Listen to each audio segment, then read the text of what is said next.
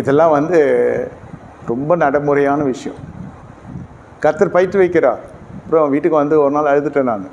ஆண்டவரே, இல்லை இவனை நான் பயிற்றுவிக்கிறேன்,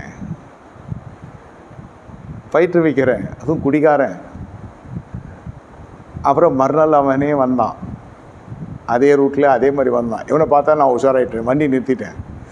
அதுக்கப்புறம் வந்து, சார் சாரி சார், நேற்று தண்ணி நீங்கள் கம்முன்னு போயிட்டீங்க.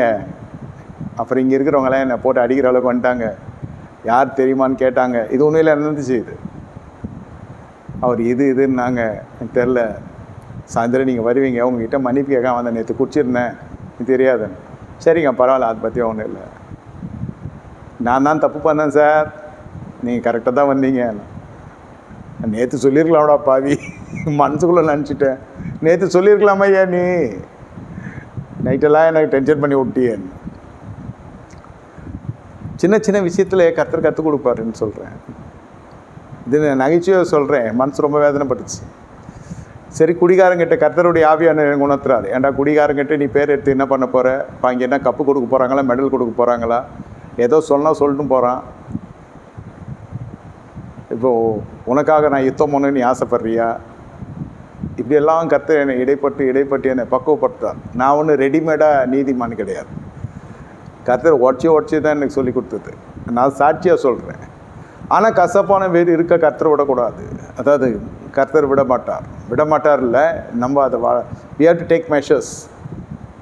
கர்த்தரவங்கள வாழ்க்கையில் மகிமை பண்ணோன்னா, இருக்கிற கிருபை இழந்துடக்கூடாதுன்னா, இழந்த கிருபை திருப்பி வரணுன்னா, தயவு செய்து கசப்பை இன்று இரவு எடுத்து போட்டுருங்க. தாய் தகப்பன் அடுத்தது பெரிய முள். என்னடா இப்படி சொல்கிறாருன்னு நினைக்காதீங்க. ஆமாம், அவங்களுக்கு இஷ்டப்படி அவங்க பாட்டுக்கு அவங்க வாழ்க்கையை வாழ்ந்துருப்பாங்க. பிள்ளைங்க இருக்கிறாங்கன்னே தெரியாது. இதெல்லாம் பிள்ளைங்களுடைய சார்பில் சொல்கிறது. சில இதெல்லாம் நல்ல போதனை கொடுத்து கூட வளர்க்காது. பசங்களே சிகரெட் வாங்கி வர அனுப்புவாங்க, பசங்களே லிக்கர் வாங்கி வர அனுப்புவாங்க. இந்த மாதிரி பேக்ரவுண்டில் வளர்ந்த பசங்களும் இருக்கிறாங்க. ஆனால் குடிக்காமல் இருக்கிறவனும் இருக்கிறான், சிகரெட் பிடிக்காமல் இருந்தவனும் இருக்கிறான், இதனாலே கெட்டவனும் இருக்கிறான். இதே காரணம் வச்சு சொல்லி அப்படியே குடிக்காரனாக மாறணும்னு இருக்கிறான். எங்கள் அப்பாவால் கெட்டேன், எங்கள் அம்மாவால் கெட்டேன், எங்கள் வீட்டில் இந்த மாதிரி ஆச்சு, அந்த மாதிரி ஆச்சு. இடல் உள்ள அந்த வாழ்க்கை வாழ்வாங்க. சில சமயம் வந்து பேரண்ட்ஸ் வந்து சொத்து சுதந்திரம்லாம் இஷ்டப்படி வாழ்ந்து அழிச்சிட்ருப்பாங்க. பிள்ளைகள் ரொம்ப கஷ்டப்படும். சில சமயம் பேரண்ட்ஸோட பணத்தில் வந்து அவங்களுடைய உடன்பிறப்புகளோட பிள்ளைகளெல்லாம் நல்லா படிக்க வச்சுருப்பாங்க. நல்லா தொழில்நுட்ப கல்வி, அது இதுன்னு ப்ரொஃபஷனலாக படிக்க வைப்பாங்க. இவங்க பசங்க படிக்கிற தலை தூக்குற டைமில் பார்த்தா இவங்க கையில் காசு இருக்காது. இவங்க நினச்சிருப்பாங்க அவங்க தருவாங்கன்னு, அவங்க தரமாட்டாங்க. அப்புறம் இவங்க சாதாரண படிப்பு யூஜிசி இது படிக்கணும், அண்டர் கிராஜுவேட்டு கோர்ஸ் ஏதோ ஒன்று, பிஏ பிகாம் அந்த மாதிரி ஏதோ படிக்கணும். அப்போ இந்த பசங்களுக்கெல்லாம் தாய் தகவன் மேலே மிகப்பெரிய கடும் கோபம் வந்துடும். படிக்கணும்னு ஆசைப்பட்டதை படிக்க வைக்க முடியலையே என்ன. அது மாதிரி சொத்து சுதந்திரம், இது மாதிரி தகப்பனுடைய தாயினுடைய கைங்கரியங்கள் அல்லது காரியங்கள் வந்து இவங்களுக்கு பிடிக்காது. பேரண்ட்ஸ் பண்ணுறது பசங்களுக்கு, பசங்க பண்ணுறது பேரண்ட்ஸ் பிடிக்காத வேறு விஷயம். அது உங்களுக்கு நிறைய தெரியும்.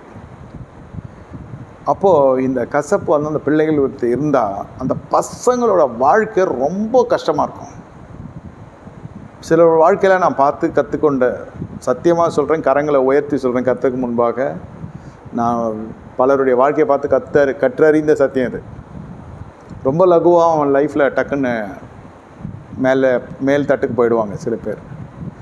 அப்போது அறிவு பார்த்தா கொஞ்சம் கம்மியாக தான் இருக்கும், அவ்வளோ ஞானவான்லாம் கிடையாது. எப்படி ஆண்டவரே இது நான் கேட்டிருக்கேன். எப்படி இவன் இவ்வளோ அறிவாளியாக இருக்கான்? நான் வேறு மாதிரி நினச்சா அது அப்படி சொல்ல விரும்பலை. பேக் மாதிரி இருக்கிறான், எப்படி ஆகிட்டான் இவன்? எப்படி ஆண்டவரே, நான் இவ்வளோ அறிவாளியாக இருக்கிறேனே எப்படி?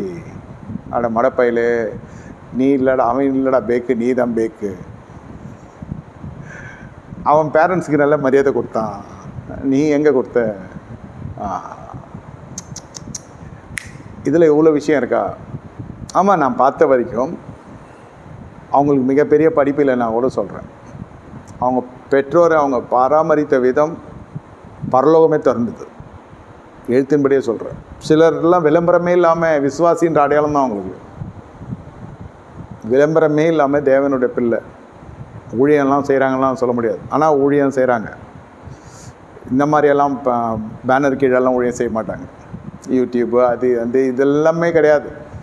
ஆனால் அருமையான வாழ்க்கை வாழ்கிறாங்க. சுகமாய் தங்க தேவன் சுகமாய் தங்க பண்ணினார். சின்ன ஜனங்களாக தான் இருப்பாங்க, பார்க்கறதுக்கு உயர்ந்த இடத்துல இருப்பாங்க, உயர்ந்த உன்னதங்களிலே வாசம் பண்ணுவாங்க. நல்ல குடும்பம், நல்ல ஒரு சமாதானம், அந்த மாதிரி இருக்கும். நமக்கு கிருபையினால் இதெல்லாம் நான் சுதந்திரித்தேன். கர்த்தருடைய கிருபையினால். அவங்க கிரியையினால் சுதந்திரிச்சிருக்காங்க. நான் கண்ணால் நான் பார்த்தேன். அவங்க அப்படி சொல்ல மாட்டாங்க, கிருபைன்னு தான் சொல்லுவாங்க. நான் பார்த்த வரைக்கும் கிரியையினால் சுதந்திரிச்சிருக்காங்க. அவங்களுக்குள்ளே கசப்பெல்லாம் இல்லை. அதுவும் அவங்க பெற்றோரெல்லாம் பார்த்தீங்கன்னாக்கா மகா பெரிய ஆட்கள், பரிசுத்தத்தில் இல்லை, அசுத்தத்தில். ஆனால் ஒரு நாள் அவங்க அதெல்லாம் பெருசாக எடுத்துக்கவே இல்லை. கசப்பான வேர் வராதவங்க காத்து கொண்டாங்கன்னு நான் சொல்ல வரேன். ரொம்ப பெரிய காரியம். தகப்பனை நியாயம் தீர்க்கிறது, தாயை நியாயம் தீர்க்கலாம் ரொம்ப ஈஸியான காரியம் பசங்க. ஆனால் அது செய்யாத பசங்க டக்குன்னு லிஃப்ட் ஆகிட்டாங்க. பெரிய பெரிய இடத்துல நான் பார்த்துட்டேன் அவங்கள. ஆண்டவரே, நான் கிருபையில் பயணப்படுறேன். உன்னதங்களில் உயர்ந்த ஸ்தலத்தில் உயர்ந்த நாமம் தரிக்கப்பட்டதுனால உங்களுடைய கிருபையினால் நான் பயணப்படுறேன். ஆனால் அந்த பசங்கள்லாம் கிரியையினால் பயணப்படுறாங்க. அவங்க அவ்வளோ எஃபர்ட்டு, அவ்வளோ டீட்ஸ், அவங்களுடைய கிரியைகள் அவ்வளோ இருக்குது. நீதியின் கிரியைகள், நற்கிரியைகள் இருக்குது. ஆனால் மேலே வந்திருக்காங்க. நான் மனம் திரும்பினேன். அவன் சுதந்திரவாளியாகிட்டான். அந்த கிரியைகளுக்கு அவன் இறங்கி வேலை செஞ்சவங்களுக்கு பலன் இருக்கணும் இல்லையா? கற்றுக்கொண்ட ஆண்டவரே, எவ்ரிடே ஐ எம் லேர்னிங்.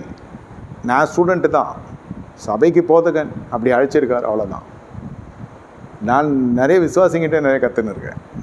கெட்ட விதமாக சொல்ல, நல்ல பாடங்களே நிறைய நிறைய விஷயம் நான் சொல்ல முடியாத காரியங்கள்லாம் நான் கற்றுக்கொண்டிருக்கேன். சொல்ல முடியாமல் இல்லை, சொல்ல வேண்டிய டைமில் சொல்கிறேன்.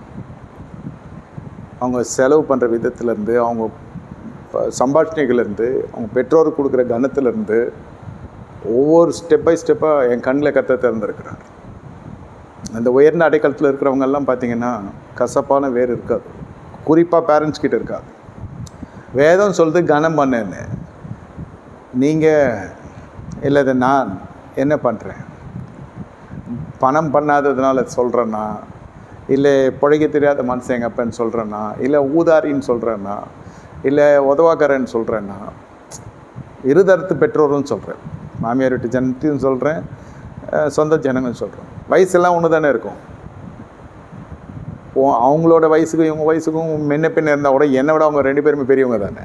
இருதரத்தாரும் எந்த பொல்லாப்பையும் யாருக்கிட்டே வேணாம். கரங்களை உயர்த்தி சொல்லுகிறேன், தயவு செய்து கிருபை போயிடும். மனக்கசப்பு சிம்சோனுக்குள்ளே ஊறிடுச்சு. 20 ஆண்டுகள் கழித்து திருப்பியும் அது இருக்குது. கிருபை போயிடுச்சு. மறுபடியும் வரலாமா? இங்கே ஏன் வர வச்சு தெரியுமா? அந்த பழி வாங்குற சுபாவம்.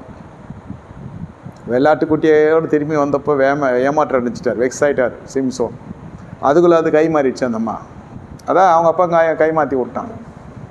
பெலிஸ்த குடும்பம் இல்லையா அது? மனைவிடத்தில் ஏற்பட்ட சல்லுபுல்லு.